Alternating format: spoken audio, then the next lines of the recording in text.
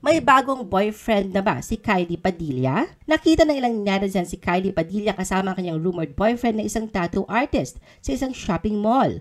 Noong Martes ng gabi, January 9, 2024, ibinahagi ng isang netizen sa TikTok ang maikling video ng paglabas ni Kylie sa isang establishmento kasama ang isang lalaking may mahabang buhok at maraming tattoo sa braso. Sa comment section, sinabi ng ilang netizens na may-ari ng isang tattoo shop ang kasama ni Kylie.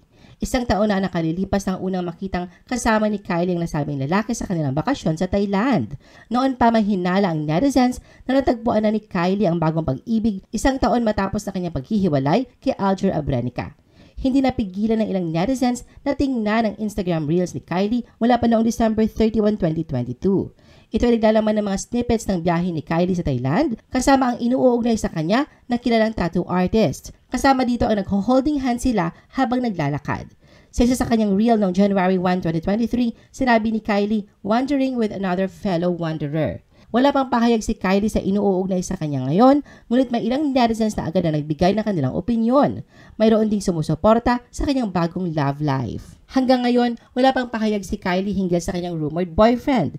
Sa isang interview kay Kylie sa GMA Gala 2023 noong July, sinabi niyang gusto muna niyang manatiling pribado ang usapin tungkol sa kanyang love life. Ipinaliwanag ni Kylie na dahil sa mga nangyari sa kanyang nakaraang relasyon, nais niyang manatiling pribado muna ang kanyang kasalukuyang relasyon. Samantala, handang makilala ni Alger, ang estranged husband ni Kylie, ang bagong boyfriend ng aktres. Masaya na si Alger ngayon sa piling na kanyang kasintahan na si AJ Raval. Matatandaan na noong 2018, ikinasal si Kylie kay Alger at nagkaroon sila ng 2 anak. Hanggang sa taong 2021, naging usap-usapan ang relasyon ng dalawa at nauwi ito sa hiwalayan. Noong July 2021, kinumpirma ng ama ni Kylie na si Robin Padilla ang hiwalayan ng kanyang anak at ni Alger at sinabing third party ang dahilan ng kanilang breakup. Sa kanyang Instagram broadcast channel noong January 5, 2024, ibinahagi ni Kylie ang kanyang takot sa buhay na tatahakin niyang mag-isa simula na maghiwalay sila ni Alger. Aminado siyang nakalimutan niyang magpahinga at mag-relax sa trabaho dahil sa takot at pressure na bigyan ng magandang buhay ang kanilang 2 anak na sina Alas at Axel. Ngunit ipinagmamalaki ni Kylie ang mga pagsubok na kanyang napagtagumpayan na nagturo sa kanya na maging matatag at lumaban sa mga hamon ng buhay.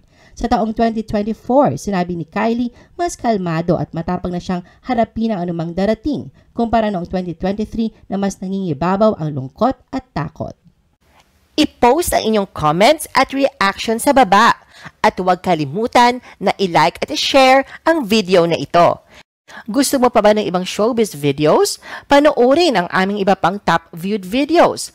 Para sa aming mga YouTube viewers, pumunta lang sa description ng video na ito o i-click ang link sa itaas ng screen.